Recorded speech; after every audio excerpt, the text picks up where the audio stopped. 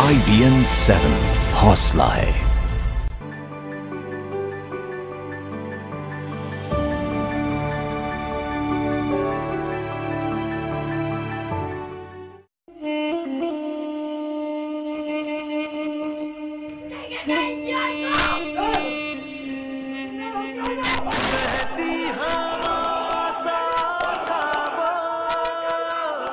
परिवार के लिए तो उसने जो किया वो किया, लेकिन देश के लिए सब कुछ किया इसने।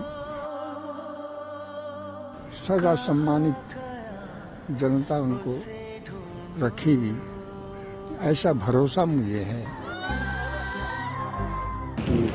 उस स्थान को बहुत ही प्रतिभाशाली अफसर, हर क्षेत्र में कोई एक क्षेत्र में होता, कोई दूसरे में होता, लेकिन ये सभी क्षेत्रों में बहुत ही प्रतिभाशाली और अच्छा प्रदर्शन करा।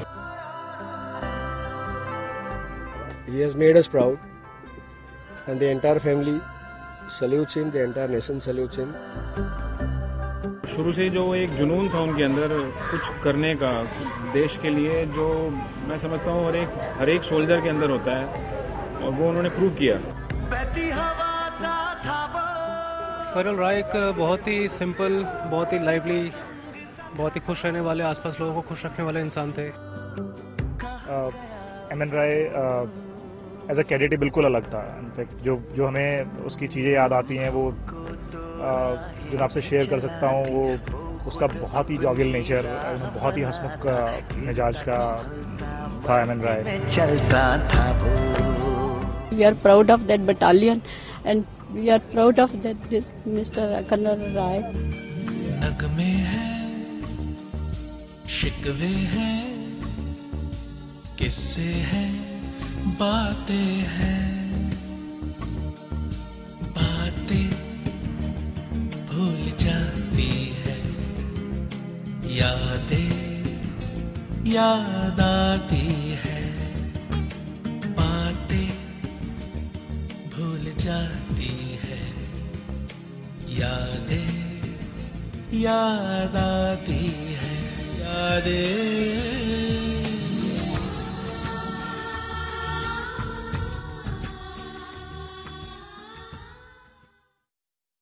आज एक बहादुर बेटी ने अपने शहीद पिता को सलामी दी, कहा पापा तुम बहुत याद आओगे।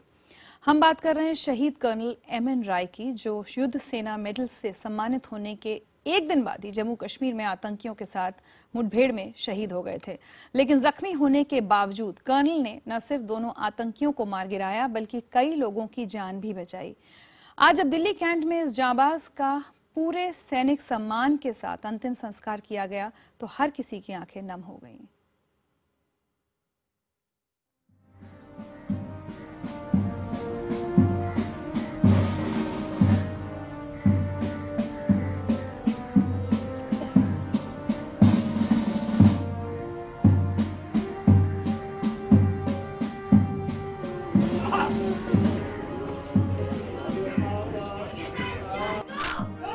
इन मासूम आंखों में आंसू है, पिता के जाने का गम भी, लेकिन पिता की शहादत से सिर शान से ऊंचा है।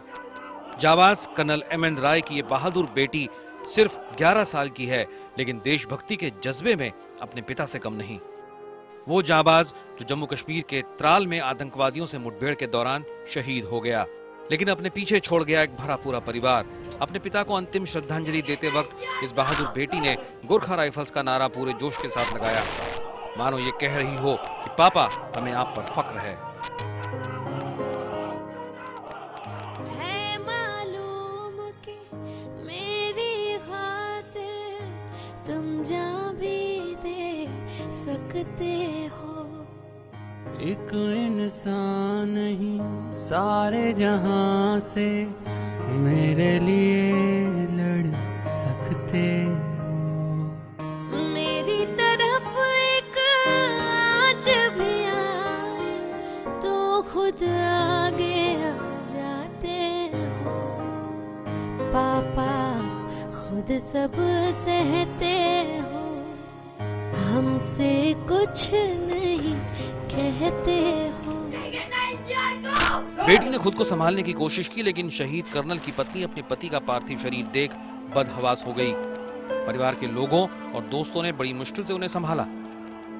उधर पिता के भी आंसू थम नहीं रहे थे, लेकिन उन्हें इस बात पर गर्व है कि उनके 3 बेटों में सबसे छोटे बेटे ने देश के लिए कुर्बानी दी। परिवार के लिए तो उसने जो किया वो किया, लेकिन देश के लिए सब कुछ किया। इसने सदा सम्मानित जनता उनको रखेगी, ऐसा भरोसा मुझे है। He has made us proud, and the entire family salutes him, the entire nation salutes him.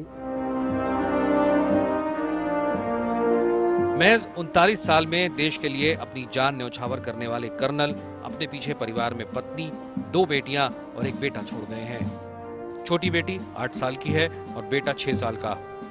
Delhi cantt में कर्नल राय के पार्थिव शरीर के दर्शन के लिए काफी तादाद में सेना के अधिकारियों, नाते रिश्तेदारों और दोस्तों का जमावड़ा लग गया।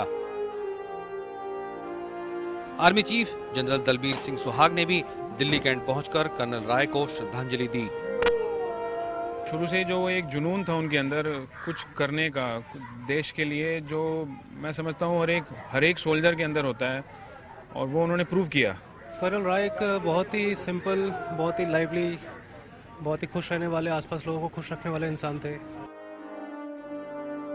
यूपी में गाजीपुर के रहने वाले कर्नल राय 9 गोरखा राइफल से जुड़े थे, लेकिन फिलहाल राष्ट्रीय राइफल्स में प्रतिनियुक्ति पर चल रहे थे।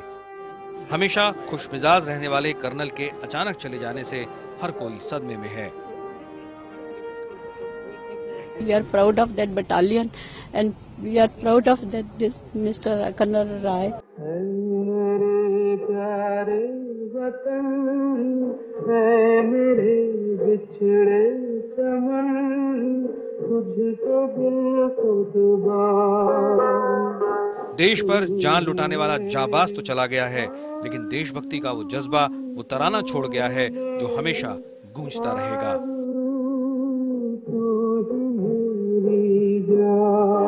एक सैनिक की सबसे बड़ी ख्वाहिश यही होती है कि वो अपने देश के लिए शहीद हो। कर्नल राय की ये शहादत हमेशा लोगों के दिलों में शहादत के जज्बे को बरकरार रखेगा। एहतिशाम खान, दिल्ली, IBN 7। हमेशा खुशमिजाज और जोश से लबरेज रहने वाले शहीद कर्नल एमएन राय का आखिरी व्हाट्सएप स्टेटस भी उनके व्यक्तित्व के बारे में काफी कुछ कहानी बयां करता है। उन्होंने लिखा था, अपनी जिंदगी का हर किरदार इतने जुनून से अदा करो कि अगर कभी पर्दा गिर भी जाए तो तालियों का शोर कम नहीं होना चाहिए। 27 जनवरी को जब उन्होंने आतंकियों से लोहा लिया तो उन्होंने अपनी बहादुरी से अपने इस स्टेटस को सच साबित कर दिखाया। जब सरहद पर कोई जवान शहीद होता है, जब आतंकी हमले में देश को बचाते हुए कोई अफसर शहीद होता है, तो पूरा देश उसी शहादत पर गौरवान्वित होता है। पूरा देश उसकी शहादत को श्रद्धांजलि देता है। लेकिन कुछ दिन बाद हम उन्हें भुला देते हैं। क्या हमने कभी सोचा कि करगिल में जो लोग शहीद हुए थे उनके परिवार आज किन हालात में हैं? क्या हमने कभी जम्मू कश्मीर में अपनी जान कुर्बान करने वाले शहीदों के बारे में सोचा? आज पूरा देश कर्नल एमएन राय और संजीव सिंह की शहादत पर गमगीन है, लेकिन उन सैकड़ों हजारों जवानों का क्या जो इसलिए अपने जान की बाजी लगाते हैं ताकि हम और आप अपने घरों में चैन से जी सकें। आज ऐसे ही शहीदों के परिवारों से हम बात करेंगे।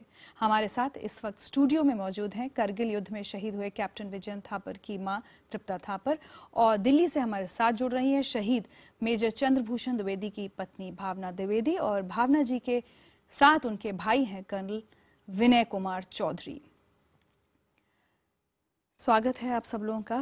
तृप्ता जी, आपसे पहले भी मेरी कई बार मुलाकात हुई।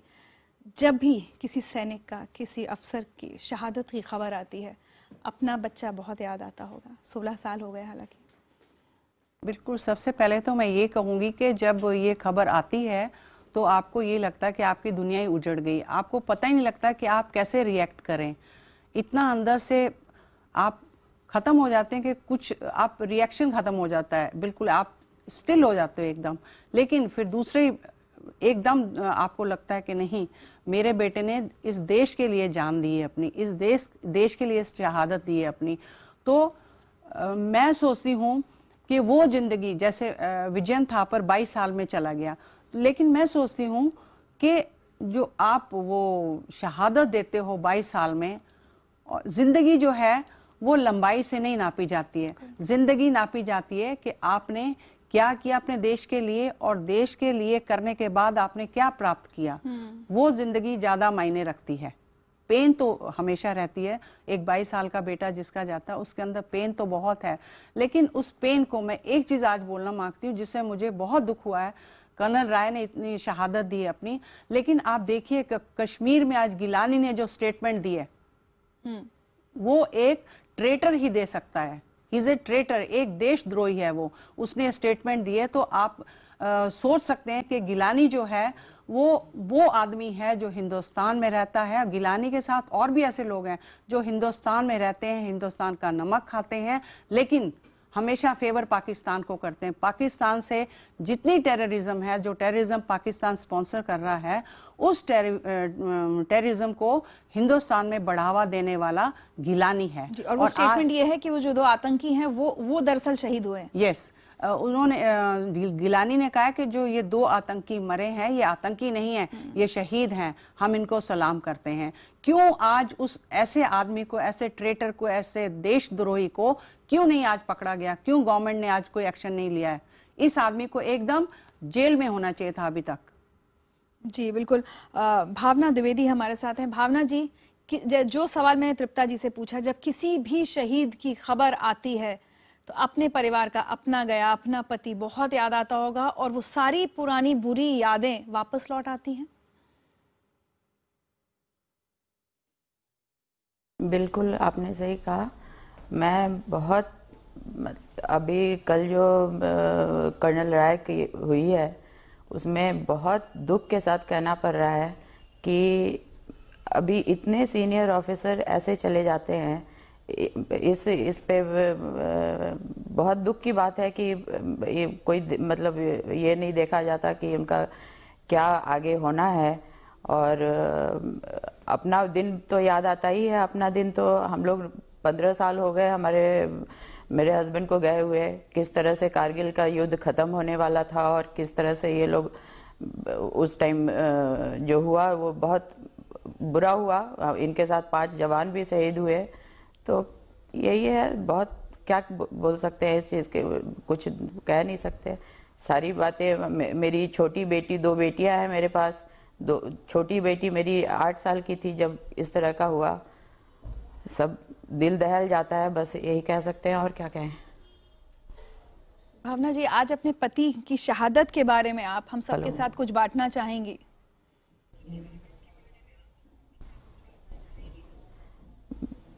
बिल्कुल। जब 2 जुलाई को इनका हुआ था, 2 जुलाई को वहाँ से टाइगर हिल के पास थे ये, जब वहाँ से शेलिंग फायरिंग हो रहा था, पाकिस्तानियों ने फायरिंग किया। उस टाइम ये एक्चुअली 2IC थे, सेकेंड हैंड कमांड बोलते हैं उसको शायद। तो वो थे और वहाँ पे ये अपने बंकर से निकल के अपने जवानों को सुरक्षित भी किए और बोले भी कि तुम अभी फायरिंग रोकना नहीं, उधर से फायरिंग शुरू है तो तुम अपना फायरिंग रोकना नहीं पर अपने सुरक्षा भी करना। और इस तरह से करके बंकर से अगर नहीं निकलते तो शायद बच जाते, पर ये अपने देश की रक्षा के लिए इनको बाहर सबको देखना था और अपना भी वो करना था, इसलिए निकले ये। और उसी टाइम शेलिंग हुई और ये इनके पहले बाजू में लगा, बाजू के बाद वो शेल जो है तो चेस्ट के अंदर से जाके निकला, लेकिन ये फर्स्ट एड जो है सो बाजू का ही करवा पाए और चेस्ट का कोई देखा नहीं। इसकी वजह से इतना ब्लीडिंग हुआ, उसमें ये चले गए और बस। जी, बहुत हम समझ सकते हैं, जब भी आप किसी भी कोई भी ऐसी याद आपको आती होगी तो बहुत कष्ट होता होगा। और लेकिन हम ये जरूर कहेंगे कि हमारा कोई भी सैनिक जब शहीद होता है तो जो बहादुरी के साथ उसने अपने देश की रक्षा की होती है, वही एक ऐसी कहानी होती है जो उसके जाने के बाद भी हमेशा जिंदा रहती है और आने वाली पीढ़ियों को वो कहानी सुनाई जाए, ये बहुत जरूरी है। उत्तर प्रदेश के गाजीपुर के रहने वाले शहीद कर्नल MN राय अपने पीछे बहादुरी की एक ऐसी कहानी छोड़ गए हैं जो अक्सर फिल्मों में दिखाई देती है। 2 आतंकियों ने बेहद पास से उन्हें कई राउंड गोलियां मारी थी, बावजूद इसके उन्होंने न सिर्फ दोनों को ढेर किया बल्कि इलाके के लोगों की जान भी बचाई। देखिए हमारी खास रिपोर्ट।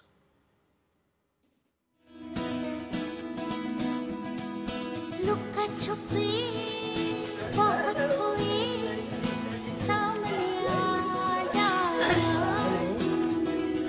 कहाँ कहाँ ढूंढा तुझे, थक गई है अब तेरी माँ। उम्र के इस पड़ाव पर अपने जिगर के टुकड़े को खो चुकी इस माँ का दिल रो रो कर यही कह रहा है, लुका छुपी बहुत हुई, सामने आ जाना, कहाँ कहाँ ढूंढा तुझे, थक गई है अब तेरी माँ।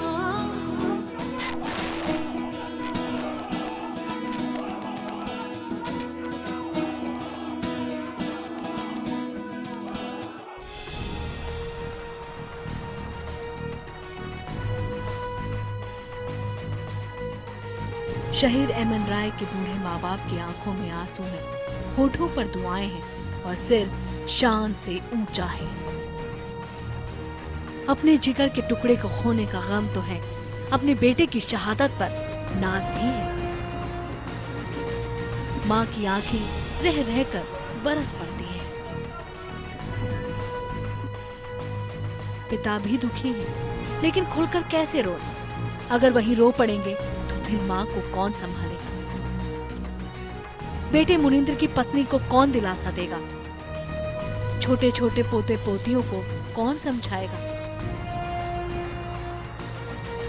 ये सोचकर बूढ़े पिता ने सारा दर्द दिल में दबा रखा है। चेहरे पर गंभीरता जरूर है, लेकिन भीतर ही भीतर बेटे के गम में घुल रहे हैं।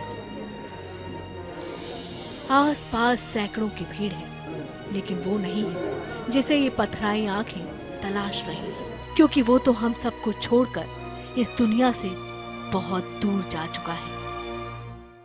जानने की इच्छा अब क्या है? जो था वो खत्म हो चुका है। मेरे पास अब कुछ नहीं। उत्तर प्रदेश के गाजीपुर में ये घर शहीद कर्नल एमएन रॉय का है। मंगलवार शाम को मीडिया के जरिए ही घर वालों को पता चला कि एमएन रॉय आतंकियों के हाथों शहीद हो गए हैं। मंगलवार शाम को कर्नल एमएन रॉय पुलवामा जिले में आतंकियों का मुकाबला करते हुए शहीद हो गए थे। कर्नल रॉय को इसी 26 जनवरी को वीरता पुरस्कार देने का ऐलान किया गया था। पिछले साल भी उन्हें युद्ध सेवा मेडल से सम्मानित किया गया था। आतंकियों के साथ एनकाउंटर में जम्मू कश्मीर पुलिस के कांस्टेबल संजीव सिंह भी शहीद हुए हैं। सेना का कहना है कि जाते जाते भी कर्नल रॉय ने अपनी जांबाजी का ऐसा उदाहरण पेश किया है जो कम ही देखने सुनने को मिलता है। दरअसल मंगलवार शाम को खुफिया सूत्रों से सेना को खबर मिली थी कि पुलवामा के इस गांव में हिजबुल मुजाहिदीन के 2 खतरनाक आतंकी अपने घर आए हुए हैं। कर्नल रॉय ने स्थानीय पुलिस की मदद से आतंकियों के घर को घेर लिया था। तभी आतंकी के पिता और भाई बाहर निकले और उन्होंने कर्नल रॉय से कहा कि दोनों आतंकी सरेंडर करना चाहते हैं। इस बातचीत के दौरान ही दोनों आतंकी अचानक घर से बाहर निकले और कर्नल रॉय पर ताबड़तोड़ फायरिंग शुरू कर दी। जख्मी हालत में होने के बावजूद कर्नल रॉय ने जवाबी कार्रवाई की और दोनों आतंकियों को ढेर कर दिया। सेना का कहना है कि अगर जख्मी होने के बाद कर्नल रॉय ने दोनों आतंकियों से मोर्चा नहीं लिया होता तो इलाके में कई बेगुनाहों की जान जा सकती थी। कमांडिंग ऑफिसर ऑफ 42 राष्ट्रीय rifles and head constable Sanjeev Kumar Singh of Jammu Kashmir Police SOG made the supreme sacrifice. Example of leadership that moment he got information that there are 2 terrorists in that area, he immediately with his QRT and some other people himself led the party, went and cordoned the area. शहीद colonel MN Roy के साथियों की माने तो आगे बढ़कर दुश्मन से मुकाबला करने वाले अफसरों में से एक थे। पुलवामा में आतंकवाद के खात्मे के लिए वो काफी महीनों से मशक्कत कर रहे थे। उन्होंने स्थानीय युवाओं के लिए क्रिकेट और फुटबॉल टूर्नामेंट भी आयोजित कराए थे। I've known him for the last 17 years. Trained together. He's been my coursemate. I've not seen a more motivated CEO than him. And for me, I would always look at him with envy that he was leading his battalion to greater heights. पिता का साया छीनने के बाद इन मासूमों को अब दादा की उंगली पकड़कर ही आगे बढ़ना है और जवान बेटे को खो चुके इस पिता को इन मासूम चेहरों में ही अपने बेटे को पाना है।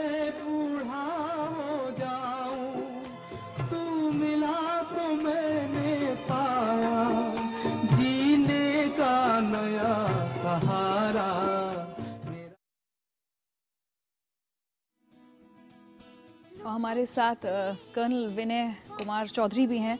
कर्नल विनय, मैं आपसे पूछना चाहूंगी, एक आर्मी ऑफिसर ट्रेन ही ऐसा होता है, उसके अंदर इतना जज्बा होता है, अपने देश के लिए कभी भी वो जान दे सकता है और वही उसका पहला कर्तव्य होता है, लेकिन फिर भी उसका एक परिवार होता है, उसकी भी अपनी एक जिंदगी होती है और इतने यंग ऑफिसर्स को इस तरह से शहीद होते देखना बहुत पेनफुल भी होता है, हम सब के लिए बहुत पेनफुल होता है।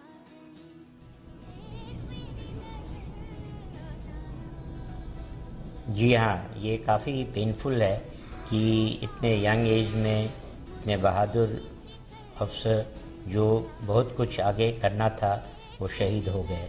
तो हमारी तरफ से उनके पूरे परिवार और उनको श्रद्धांजलि। जी, और आप लोग इस तरह हेलो जी, आप मेरी आवाज सुन पा रहे हैं कर्नल?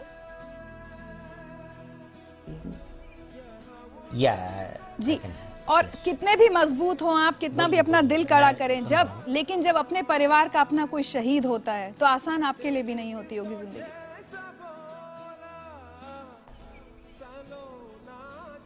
बिल्कुल सही आपने बताया कि जिस समय हमारे ब्रदर इन लॉ शहीद चंद्रभूषण द्विवेदी कारगिल में शहीद हुए थे, उस समय मैं यहाँ आर्मी हेडक्वार्टर में पोस्टेड था और जिस समय ये न्यूज़ मुझे मिला, बहुत ही दुखद घटना को हम किस तरीके से अपने मेरी सिस्टर को या अपने लोगों को बताएं, इस कश्मकश में मैं था। और मैंने उस समय महसूस किया कि विपत्ति के समय काफ़ी लोग हमारे साथ जुड़े, ऑफिसर फ्रैटर्निटी, इनके यूनिट में ब्रदर इन लॉ के यूनिट के लोग काफ़ी अच्छा रिस्पांस दिया और हम लोग उस सिचुएशन को हैंडल कर सके। जी,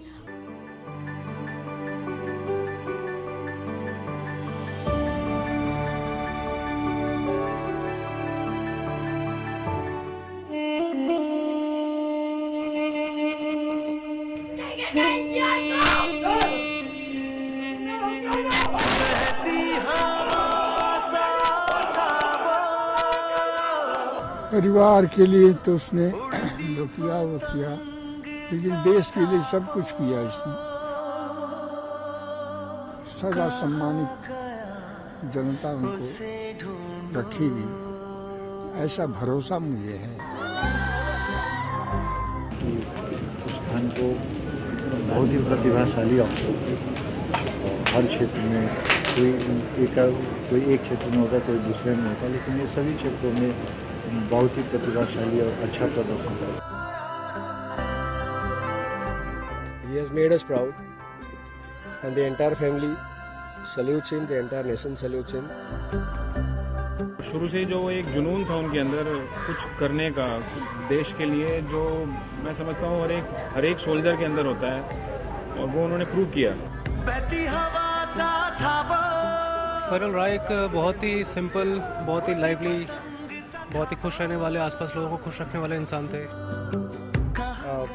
MN Rai as a cadet बिल्कुल अलग था। इनफैक्ट जो हमें उसकी चीज़ें याद आती हैं वो जो मैं आपसे शेयर कर सकता हूँ, वो उसका बहुत ही जॉवियल नेचर, बहुत ही हंसमुख मिजाज का था एमएन राय।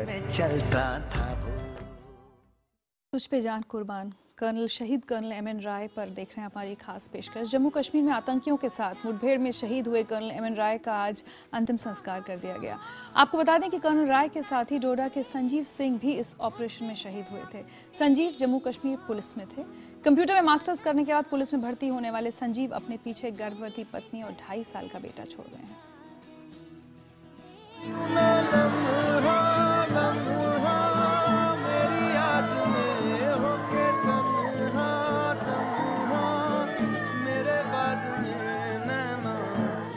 जम्मू कश्मीर पुलिस में कांस्टेबल पद पर रहे संजीव सिंह के घर पर मातम पसरा है।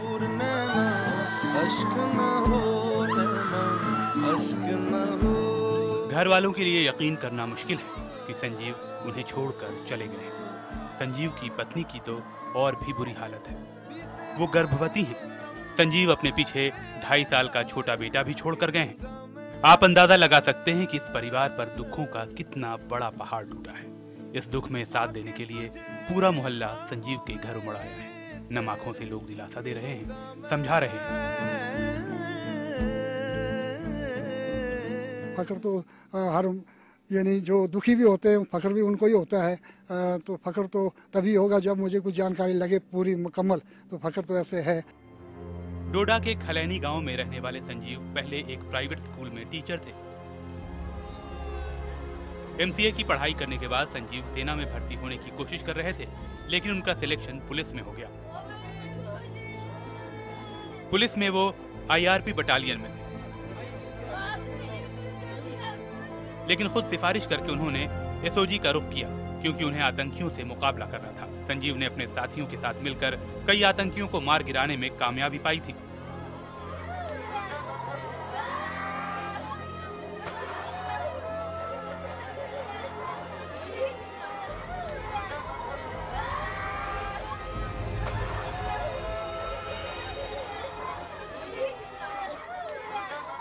इसको शहीद माना जाएगा। इन्होंने देश के लिए बलिदान दिया है। अभी पूरा देश जो है इनका कर्जदार है। इनकी कुर्बानी मैं कहता हूँ कि ज़ाया नहीं जानी चाहिए।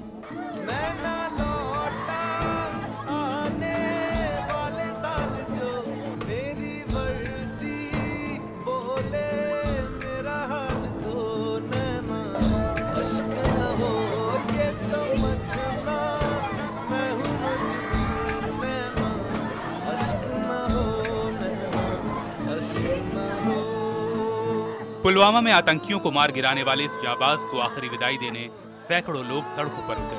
अपने गांव के बेटे की शहादत पर उन्हें तकलीफ तो है, पर नाज है। बीते हुए लम्हों के तारे गिनूंगा मैं।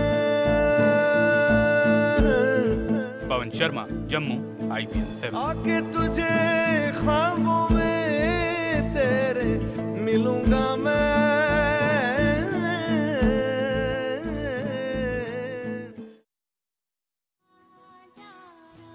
और हमारे साथ स्टूडियो में हैं शहीद कैप्टन विजन थापर की मां तृप्ता थापर जी, और दिल्ली से हमारे साथ जुड़ी हैं शहीद मेजर चंद्रभूषण द्विवेदी की पत्नी भावना द्विवेदी। तृप्ता जी, आपने सुना होगा संजीव के पिता ने एक बहुत बड़ी बात कही कि जिससे दुख होता है फख्र भी उसी को होता है। लेकिन कई बार शहीदों के परिवारों को लगता है कि फख्र में तो पूरा देश साथ था, दुख में हम अकेले। बिल्कुल आपने ठीक कहा। मैं ये कहना चाहती हूँ, हम ये नहीं कहते कि हमारे शहीदों को रोज़ याद किया जाए, लेकिन ये मैं ज़रूर एक्सपेक्ट करती हूँ कि उन्हें कभी भुलाया भी ना जाए। आप साल में एक बार ही याद कीजिए, जैसे मीडिया का है, मीडिया हमेशा याद दिलाता है कारगिल विजय दिवस, और 16 दिसंबर को याद दिलाता है विजय दिवस जो 71 की हमारी विक्ट्री थी। वो ये मीडिया के थ्रू आता है। लेकिन और दूसरी चीज़ मैं ये कहना चाहती हूँ कि सैनिक जो है, सोल्जर है, ऑफिसर है, वो पैसे का भूखा नहीं है, वो सम्मान का भूखा है। उसे उसका ड्यू रिस्पेक्ट मिलना चाहिए, और देश को यह समझना चाहिए कि आज उनकी वजह से ही आप इतनी हिफाजत से इस देश में रह रहे हैं, इतनी अच्छी तरह से इस देश को में आप अच्छी नींद सोते हैं, और किसकी वजह से?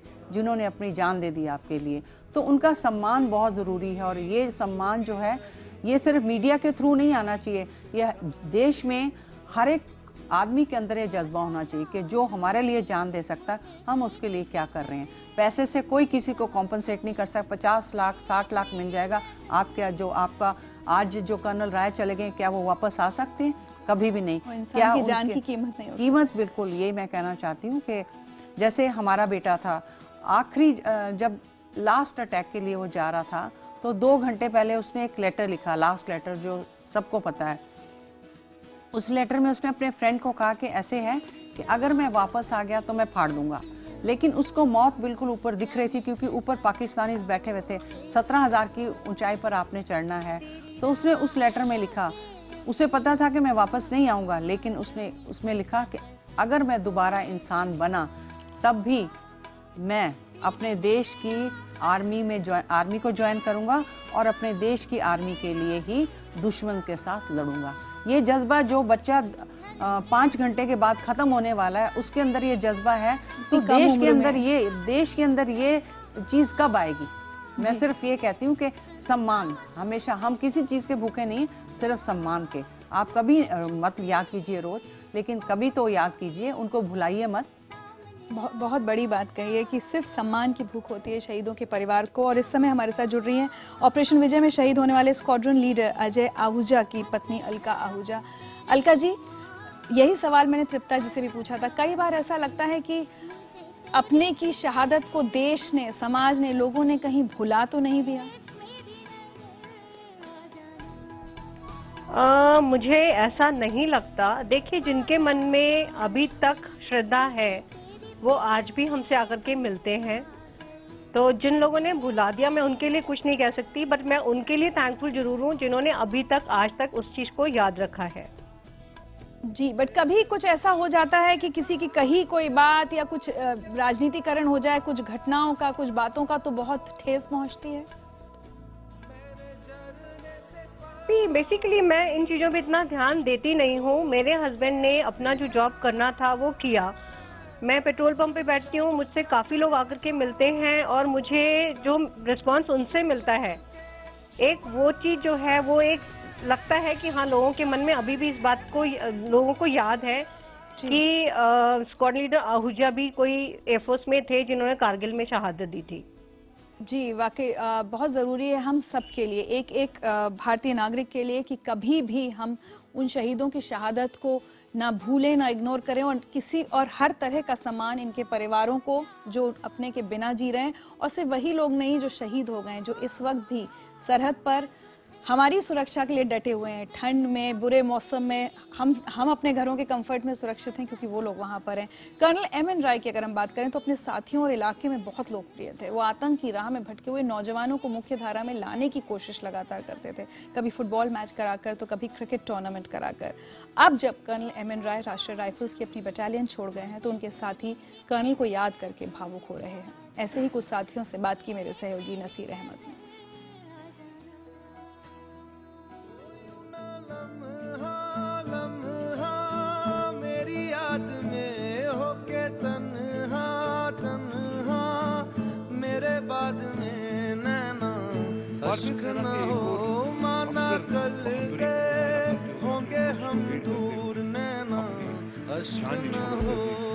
देश के लिए और शहीद कर्नल एमएन रॉय के एक साथी जो पहले से उनके साथ रहे हैं, कर्नल सुधीर मेरे साथ इस वक्त मौजूद हैं और इनसे बात करेंगे। और बहुत ही नज़दीकी जानते थे कर्नल एमएन रॉय को और ज़्यादा जानकारी इन्हीं से। तो कर्नल सुधीर, ये बताइए, आप और कर्नल एमएन रॉय जब भारतीय सेना में ज्वाइन किया आप लोगों ने, ट्रेनिंग भी आपने एक साथ ही की, तो जो ट्रेनिंग पीरियड आपका रहा तो उस वक्त आपके इंटरेक्शंस और आपने कैसे जाना उनको कि कैसे व्यक्ति थे वो? मैं एमएन राय को पिछले 18 साल से जानता हूँ। हम लोगों ने ओटीए में इकट्ठी ट्रेनिंग की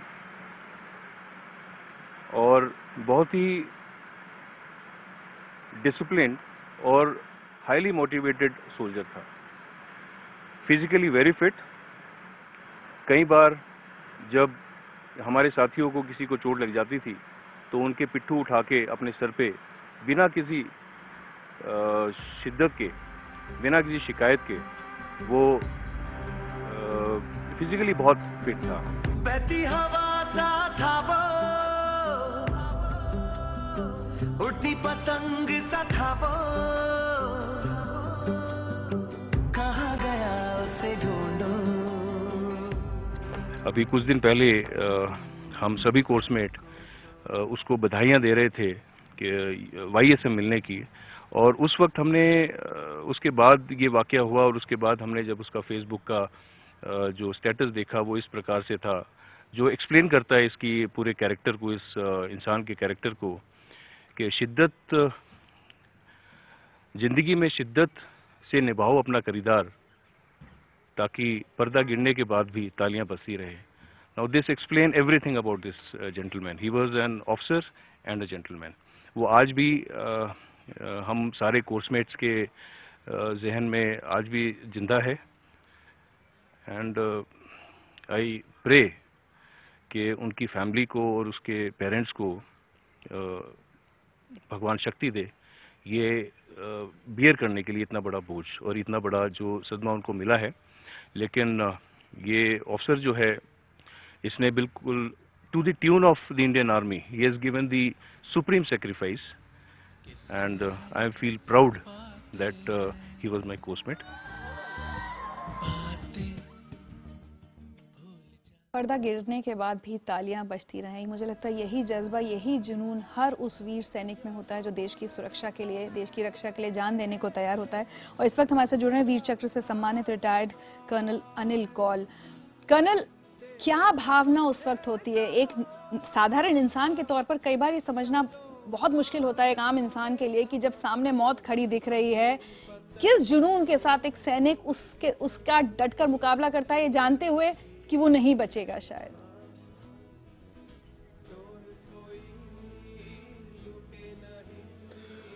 देखिए, ऐसे मुकाम पे आके तो दिमाग काम करना बंद कर देता है और जो आपकी ट्रेनिंग है वही काम आती है। उस वक्त आपको ये नहीं होश होता है कि कौन है, नजदीक है, बहुत दूर वाला है, फैमिली है, बच्चे हैं, बीवी है, फ्रेंड्स हैं, कुछ नहीं। आप एक टास्क के लिए जा रहे हैं और आप वो टास्क करने के ऊपर ही अपनी सारी पूरी जोर उसमें लगा देते हैं। तो उस समय कोई भी भावना का कोई स्कोप ही नहीं होता है। हाँ, हालांकि अगर हरकत टास्क खत्म होने के बाद माफ कीजिए, टास्क खत्म होने के बाद बहुत सख्त अजीब भावनाएं आती हैं और सबसे बड़ी उसमें है जो एक डर की भावना होती है। कोई ऐसा बंदा जो कह दे कि ऐसे हालात में डर ना लगे तो वो झूठ बोल रहा है। और उसके बाद एक भगवान को साक्षी रखते हुए एक थैंक्स गिविंग की भावना आती है कि यार चलो बच गए, क्योंकि आसपास काफी नुकसान देखने को मिलता है। तो ये भावनाएं बेसिकली एक सोल्जर की होती हैं। ये जो बाकी आपके सौजन्य से, आपके टीवी चैनल्स के सौजन्य से जो भी आप दिखा रहे हो, ये बहुत बात की बात है। और इसमें अनफॉर्चुनेटली कई बार ऐसा होता है कि जिसके साथ ये होता है वो वहाँ हाजिर नहीं होता है, कोई भावनाओं के बारे में बताने तो छोड़, सोचने के बारे में भी। तो इसलिए ये एक अजीब सा एक एक्सपीरियंस ऐसा है कि होने से ही पता चलता है। इसके बारे में कोई बता नहीं सकता, कोई कह नहीं सकता। और जब गोली चलती है, आपकी तरफ गोलियां चलती हैं, तो वो एक ऐसा अनुभव है जो कि मैं आपको सिर्फ बता सकता हूँ, आपको फील नहीं करा सकता। लेकिन मेरा इससे एक जुड़ा हुआ सवाल है भावनाओं से, कि ये भावनाएं सिर्फ ये फोटो ऑप्स के साथ नहीं रह जानी चाहिए। व्हाट नेक्स्ट, पॉइंट ये है व्हाट नेक्स्ट। और आज की तारीख में हमारे देश में आपने अभी एक आंकड़ा दिखाया, 309 शहीद हो गए एक साल में। आप एक एक के लिए हमको खड़ा होके इस पूरे देश को सलाम करना चाहिए। और सलाम सिर्फ एक सिंबॉलिक नहीं होना चाहिए, सलाम होना चाहिए एक्शन में। ये जो विडोज हैं इनको भागना नहीं पड़े अपने मॉन्यूमेंट्स के लिए। जो एक्स सोल्जर्स हैं वो ओआरओपी के लिए धरने पे बैठने वाले हैं 1 तारीख को। ये कहाँ का इंसाफ तो नहीं है। आप भावनाओं की बात करें, भावना अब आती है कि पेट्रोल पंप आपने अनाउंस कर दिया। आज की तारीख में एमएन राय के फ्यूनरल पे आपने तस्वीरें दिखाई हैं, क्या एक भी सियासतदान नजर आ रहा है वहां पे? ये सब इलेक्शन में लगे हुए सारे के सारे, दिल्ली के इलेक्शन में, और ये गाजीपुर में यहाँ पे हुआ है ये फ्यूनरल, और यहाँ पे एक भी इनमें से कोई नहीं नजर आया। अब ये भावना है मैडम। ये भावनाओं के ऊपर जोर दिया जाए तो शायद हमारा नेशन, शायद सोल्जर्स और भी जलवे करके दिखाएं आपको। बिल्कुल, बहुत ही वैलिड पॉइंट कर्नल कौल ने उठाया है कि सियासतदानों को तो फुर्सत नहीं है। और जैसा कि तृप्ता जी कह रही थी कि मीडिया मौकों पर फिर भी याद करता है, लेकिन क्या सिर्फ याद करने तक हमारी जिम्मेदारी? जिस शहीद ने अपनी जिंदगी लगा दी, अपना फर्ज पूरा किया देश के लिए। क्या हम देशवासी उनके और उनके परिवारों के प्रति अपना फर्ज पूरा कर रहे हैं? हमारे साथ जुड़ रही हैं रचना बिष्ट। इन्होंने बहुत सारे शहीदों की जिंदगी पर, उनके परिवारों के दुख को समेटकर किताब लिखी है। रचना जी, आप बहुत सारे परिवारों से मिली होंगी, बात की होगी।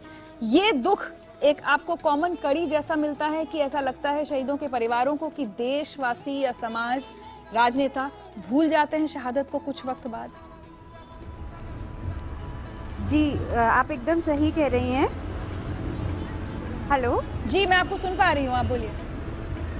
जी, आप एकदम सही कह रही हैं। मैंने जो किताब लिखी है द ब्रेव, ये परमवीर चक्र अवार्ड विनर्स के ऊपर है, जो कि भारत का सबसे टॉप मोस्ट गैलेंट्री अवार्ड है।